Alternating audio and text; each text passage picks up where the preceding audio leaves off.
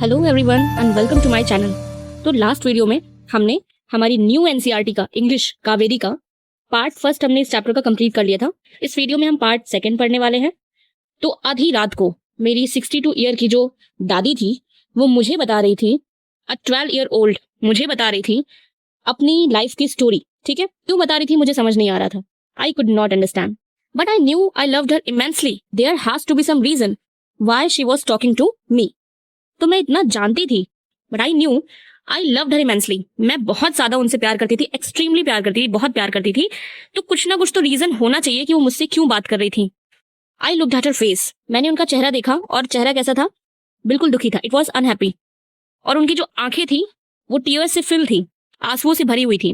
वो काफी good looking lady थी who was usually always smiling.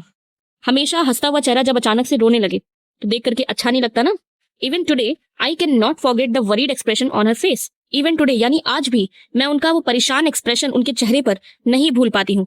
I lean forward and held her hand. तो मैं आगे बढ़ती हूँ, उनका हाथ अपने हाथों में लिया, हेल्ड हर हैंड।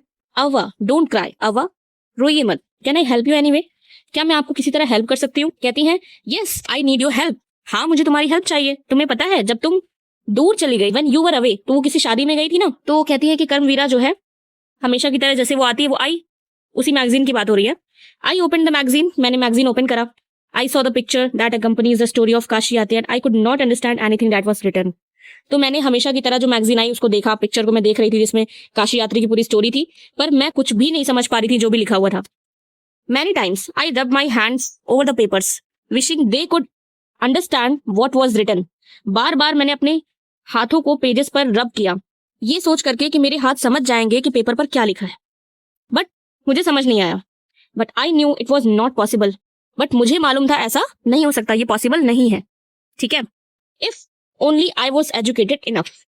अगर मैं इतनी पढ़ी लिखी होती तो ये चीज पॉसिबल हो जाती। ठीक है, बट ये पॉसिबल नहीं था। I waited eagerly for you to return.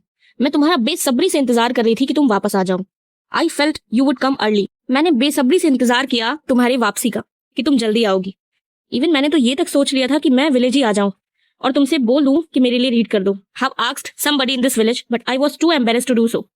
मैं और किसी से भी पूछ सकती थी इस विलेज में, लेकिन मुझे शर्म आ रही थी पूछने में। I felt very dependent and helpless. मैं बहुत ज्यादा डिपेंडेंट फील करने लगी। डिपेंडेंट यानी क्या होता है? जैसे किसी पर निर्भर हो जाना। ठीक है, तो जैसे क्या हो रहा था कि इनको पढ़ने का मन था कि क्या लिखा हुआ है इस मैगजीन में, पर किसी और से पूछने में इनको शर्म भी आ रही थी। इनको काफी ऐसा लग रहा था कि जब तक कोई बताएगा नहीं उनको आएगा ही नहीं। तो उनको काफी डिपेंडेंट फील हो रहा था और वो काफी हेल्पलेस भी फील कर रही थी। We are well off but what use is money when I can not be independent. We are well off का मतलब क्या है? कि हम एकदम बढ़िया हैं, मतलब हमारे पास ऐसी कोई कमी नहीं है। लेकिन इस पैसे का क्या मतलब अगर मैं इंडिपेंडेंट ना हो पाऊं तो? मुझे नहीं पता था कि मैं क्या आंसर करूं। ये अब लाइन है राइटर की। मुझे नहीं पता था कि मैं क्या आंसर करूं। अब वह कंटिन्यू रही। I have decided I want to learn the Kannada alphabet from tomorrow onwards. तो अब यहां से अवा बोल रही हैं, मैंने डिसाइड कर लिया है कि मैं कन्नड़ अल्फाबेट को सीखना चाहती हूँ। कल से मैं सीखूंगी। ठीक है, I will work very hard, बहुत मेहनत करूंगी। I will keep Saraswati Puja during Dasara as the deadline. एक डेडलाइन मतलब इन्होंने एक तय कर दिया है कि इस टाइम तक मुझे सीखना है, उसके बाद मैं सरस्वती पूजा रखूंगी। That day I should be able to read a novel on my own. उस दिन मैं नॉवल को खुद से रीड करना सीख जाऊंगी। जैसे मान लीजिए कि एक इन्होंने डिसाइड कर लिया है कि पर्टिकुलर डे है दसर का। ठीक है, तो दसर वाले दिन क्या करेंगे? सरस्वती पूजा करेंगी और उसी दिन ये नॉवल खुद से रीड करना, मतलब उस दिन तक सीख जाएंगे प्रॉपर्ली। तो मैंने उनके अंदर एक डिटर्मिनेशन देखा उनके चेहरे पर, लेकिन फिर भी मैं उन पर हंस पड़ी। ये लाइनें किसकी हैं? राइटर की। लेकिन फिर भी हंसी आ गई। हंसी उनकी उम्र की वजह से आ गई। Avva at this age of 62 you want to learn alphabet. बोलती हैं अव्वा 62 की एज में आप अल्फाबेट लर्न करना चाहते हो? All your here is grey. आपके सारे के सारे जो हेयर हैं वो ग्रे हो चुके हैं। आपके हैंड्स रिंकल्ड हो गए। रिंकल्ड मीन्स झुर्रियां पड़ जाना। To wear spectacles. Spectacles means चश्मे। आप चश्मे पहनते हो। You work so much in the kitchen. आप किचन में कितना सारा काम करते हो। ऐसा राइटर बोलती हैं अपनी दादी से। Childishly I made fun of old lady. तो बचकानी हरकत में मैंने क्या किया? उस लेडी का मजाक उड़ा दिया। बट वो सिर्फ हंसी, वो सिर्फ स्माइल करी। For a good cause if you are determined you can overcome any obstacle. I will work harder than anybody but I will do it. For learning there is no age bar. कहती हैं कि अच्छी चीज के लिए, अच्छे कारण के लिए अगर आप डिटरमाइंड हो, अगर आप दृढ़ संकल्पी हो, तो आप किसी भी ऑब्स्टिकल को ओवरकम कर सकते हो। ऑब्स्टिकल यानी किसी भी रुकावट को, ओवरकम यानी कि आप उसको पार कर सकते हो मैं बहुत ज्यादा वर्क करूंगी, मैं बहुत ज्यादा हार्ड वर्क करूंगी, बहुत मेहनत करूंगी, जितना हर कोई करता है उससे भी ज्यादा करूंगी, लेकिन मैं करूंगी और सीखने की कोई उम्र नहीं होती।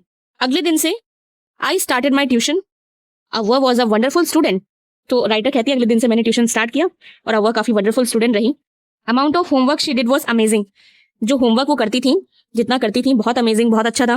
वो पढ़ती थी, रिपीट करती थी, राइट करती थी और रिसाइट करती थी। अब इसका मतलब समझते हैं, रीड यानी पढ़ना, रिपीट यानी उसी चीज को रिपीट करना, राइट यानी कि लिखना और रिसाइट यानी कि उसका मनन करना।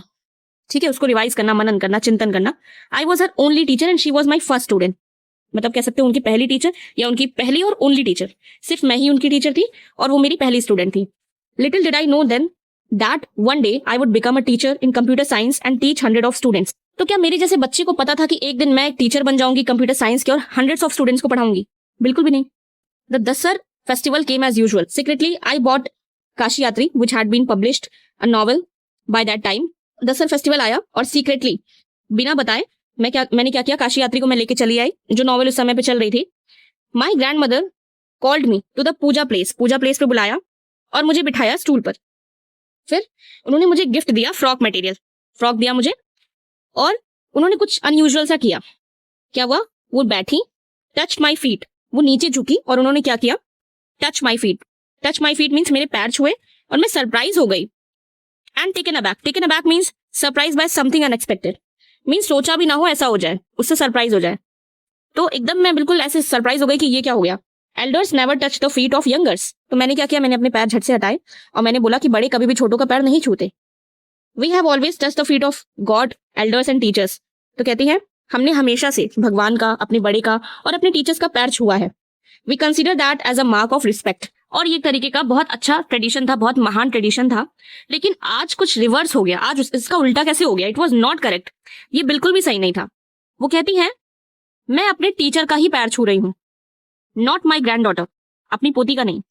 वो टीचर जिसने मुझे इतने अच्छे से पढ़ाया, इतने प्यार से पढ़ाया कि मैं नॉवेल एकदम कॉन्फिडेंटली पढ़ सकती हूँ इतने शॉर्ट पीरियड ऑफ टाइम में, मतलब इतने कम समय में इतने अच्छे से मुझे सिखाया। अब मैं इंडिपेंडेंट हूँ, अब मेरी ड्यूटी है कि मैं मेरे टीचर की रिस्पेक्ट करूं। Is it not written in our scriptures that a teacher should be respected irrespective of the gender and age? क्या ये हमारे स्क्रिप्चर्स में नहीं लिखा हुआ है कि एक टीचर की रिस्पेक्ट होनी चाहिए, चाहे वो किसी भी जेंडर का हो, चाहे वो किसी भी एज का हो? I did return her namaskar to her by touching her feet and gave my gift to my first student. पैर छू करके मैंने भी उनको नमस्कार रिटर्न किया और मेरा गिफ्ट अपनी फर्स्ट स्टूडेंट को दिया। शी ओपनड इट, उन्होंने ओपन किया उसको और तुरंत रीड किया द टाइटल काशी यात्री। तो वो जो मैगजीन लाई थी वो एज अ गिफ्ट अपनी स्टूडेंट के लिए लाई थी, जो कि उन्होंने अपनी स्टूडेंट को दिया और झट से उन्होंने रीड कर लिया, ये तो टाइटल है Kashi Yatri. By Triveni and the publishers name, I knew then my student had passed with flying colours. झट से जब वो टाइटल रीड कर लेती है Kashi Yatri, by Triveni and publishers name, ये सारी चीजें जब रीड कर लेती हैं, तब मैं एकदम अच्छे से समझ गई कि मेरी स्टूडेंट अच्छे से पास हो गई है विद फ्लाइंग कलर्स। ये स्टोरी लिखी गई सुधा मूर्ति के द्वारा। Sudha Murthy is a very famous writer and is a very well-known writer. So this way we have completed our chapter and see you in the next video with the new chapter. Thank you.